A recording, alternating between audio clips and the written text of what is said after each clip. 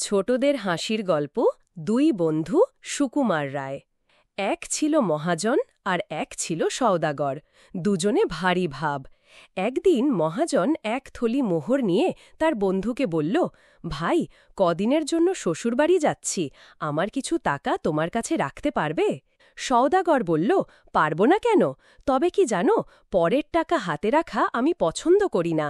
তুমি বন্ধু মানুষ, তোমাকে আর বলার কি আছে, আমার ওই সিন্দুকটি খুলে তুমি নিজেই তার মধ্যে তোমার টাকাটা রেখে দাও, আমি ও টাকা ছোঁব না।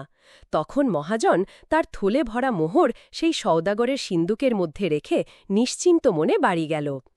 এদিকে হয়েছে কি, বন্ধু যাওয়ার পরেই সওদাগরের মনটা কেমন উসখুস করছে। সে কেবলই ওই টাকার কথা ভাবছে, আর তার মনে হচ্ছে যে বন্ধু না জানি কত কি রেখে গেছে, একবার খুলে দেখতে দোষ কি। এই ভেবে সে সিন্দুকের ভেতর উকি মেরে থলিটা খুলে দেখল, থলি ভরা চকচকে মোহর। এতগুলো মোহর দেখে সওদাগরের ভয়ানক লোভ হল। সে তাড়াতাড়ি মোহরগুলো সরিয়ে তার জায়গায় কতগুলো পয়সা ভরে থলিটাকে বন্ধ করে রাখল। 10 দিন পরে তার বন্ধু যখন ফিরে এলো, তখন সওদাগর খুব হাসিমুখে তার সঙ্গে গল্পসল্প করল। কিন্তু তার মনটা কেবলই বলতে লাগল, কাজটা ভালো হয়নি, বন্ধু এসে বিশ্বাস করে টাকাটা রাখল, তাকে ঠকানো উচিত হয়নি। এ কথা সে কথার পর মহাজন বলল, তাহলে বন্ধু, আজকে টাকাটা নিয়ে উঠি, সেটা কোথায় আছে? সওদাগর বলল, হ্যাঁ বন্ধু, সেটা নিয়ে যাও, তুমি যেখানে রেখেছিলে সেখানেই পাবে, আমি থলিটা আর সরাইনি। বন্ধু তখন সিন্দুক খুলে তার থলিটা বের করে নিল। কিন্তু কি সর্বনাশ, থলি ভরা মোহর ছিল, সব গেল কোথায়? সব যে কেবল পয়সা।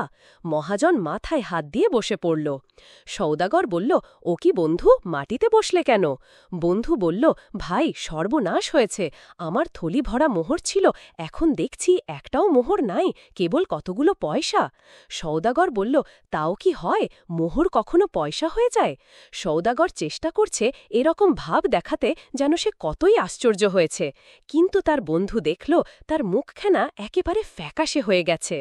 ব্যাপারটা বুঝতে তার আর বাকি রইল না, তবু সে কোনো রকম রাগ না দেখিয়ে হেসে বলল, আমি তো মোহর মনে করেই রেখেছিলাম, এখন দেখছি পয়সা, আচ্ছা বাদ দাও, কোথাও কোনো গোল হয়ে থাকবে, যাক, যা গেছে তা গেছেই, সে ভাবনায় আর কাজ নেই।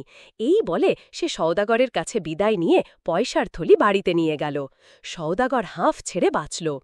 2 মাস পরে হঠাৎ একদিন মহাজন তার বন্ধুর বাড়িতে এসে বলল, বন্ধু, আজ আমার বাড়িতে পিঠে হচ্ছে, বিকেলে তোমার ছেলেটিকে পাঠিয়ে দিও। বিকালবেলা সওদাগর তার ছেলেকে নিকে মহাজনের বাড়িতে রেখে এলো আর বলল, সন্ধ্যার সময় এসে নিয়ে যাব। মহাজন করল কি, ছেলেটার পোশাক বদলিয়ে তাকে কোথায় লুকিয়ে রাখল, আর একটা বাঁদরকে সেই ছেলের পোশাক পরিয়ে ঘরের মধ্যে বসিয়ে দিল। সন্ধ্যার সময় সওদাগর আসতেই তার মুখখানা হাঁড়ির মতো করে বলল, ভাই, একটা বড় মুশকিলে পড়েছি, তোমার ছেলেদিকে তুমি যখন দিয়ে গেলে তখন দেখলাম দিব্যি কেমন নাদুস নুদুস ফুটফুটে চেহারা, কিন্তু এখন দেখছি কিরকম হয়ে গেছে, ঠিক যেন বাঁদরের মতো দেখাচ্ছে, কি করা যায় বলো তো বন্ধু? ব্যাপার দেখে সওদাগরের তো চক্ষু স্থির। সে বলল, কি পাগলের মতো বকছ, মানুষ কখনো বাঁদর হয়ে যায়? মহাজন অত্যন্ত ভালো মানুষের মতো বলল, কি জানি ভাই, আজকাল কি সব ভূতের কাণ্ড হচ্ছে, কিছু বুঝবার জো নেই। এই দেখ না, সেদিন আমার সোনার মোহরগুলো খামখা বদলে সব তামার পয়সা হয়ে গেল, অদ্ভুত ব্যাপার। তখন সওদাগর রেগে বন্ধুকে গালাগালি দিয়ে কাজীর কাছে দৌড়ে গেল নালিশ করতে। কাজীর হুকুমে 4 পেয়াদা এসে মহাজনকে পাকড়াও করে কাজীর সামনে হাজির করল। কাজী বললেন, তুমি এর ছেলেকে নিয়ে কি করেছ? শুনে চোখ দুটো গোল করে মস্ত বড় হাঁ করে মহাজন বলল, আমি মুখ্যু সূক্ষ্ম মানুষ, আমি কি অত সব বুঝতে পারি? হুজুর, ওর বাড়িতে মোহর রাখলাম, 10 দিনে সব পয়সা হয়ে গেল, আবার দেখুন ওর ছেলেটা আমার বাড়িতে আসতে না আসতেই ল্যাজ গজিয়ে দস্তুর মতো বাঁদর হয়ে উঠেছে, কি রকম যে হচ্ছে, আমার বোধহয় সব ভুতুরে কাণ্ড। এই বলে সে কাজীকে লম্বা সেলাম করতে লাগল। কাজী একজন চালাক লোক, ব্যাপারটা বুঝতে তার বাকি রইল না। তিনি বললেন, আচ্ছা তোমরা ঘরে যাও, আমি দৈবজি ফকির ডাকিয়ে গিয়ে মন্ত্র পড়ে ভূত ঝাড়িয়ে সব শায়েস্তা করছি। তোমার পয়সার থলি ওর কাছে দাও, আর তোমার বাঁদর ছেলেকে এর কাছেই রাখ। কাল সকালের মধ্যে সব যদি ঠিক না হয় তবে বুঝব এতে তোমাদের কারুর শয়তানি আছে। সাবধান, তাহলে তোমার পয়সাও পাবে না, মোহরও পাবে না, আর তোমার ছেলে তো মরবেই। ছেলের বাপ মা খুড়ো জ্যাঠা সব শুদ্ধ মেরে সাবার করব। সওদাগর পয়সার থলি সঙ্গে নিয়ে ভাবতে ভাবতে ঘরে চলল। মহাজন বাদন নিয়ে হাসতে হাসতে বাড়ি ফিরল। ভোর না হতেই সওদাগর থলির মধ্যে আবার মোহর ভরে মহাজনের বাড়ি গিয়ে বলছে, বন্ধু বন্ধু, কি আশ্চর্য, দেখে যাও, তোমার পয়সাগুলো আবার মোহর হয়েছে। মহাজন বলল, তাই নাকি? কি আশ্চর্য, এদিকে সে বাঁদরটাও আবার তোমার খোকা হয়ে গেছে।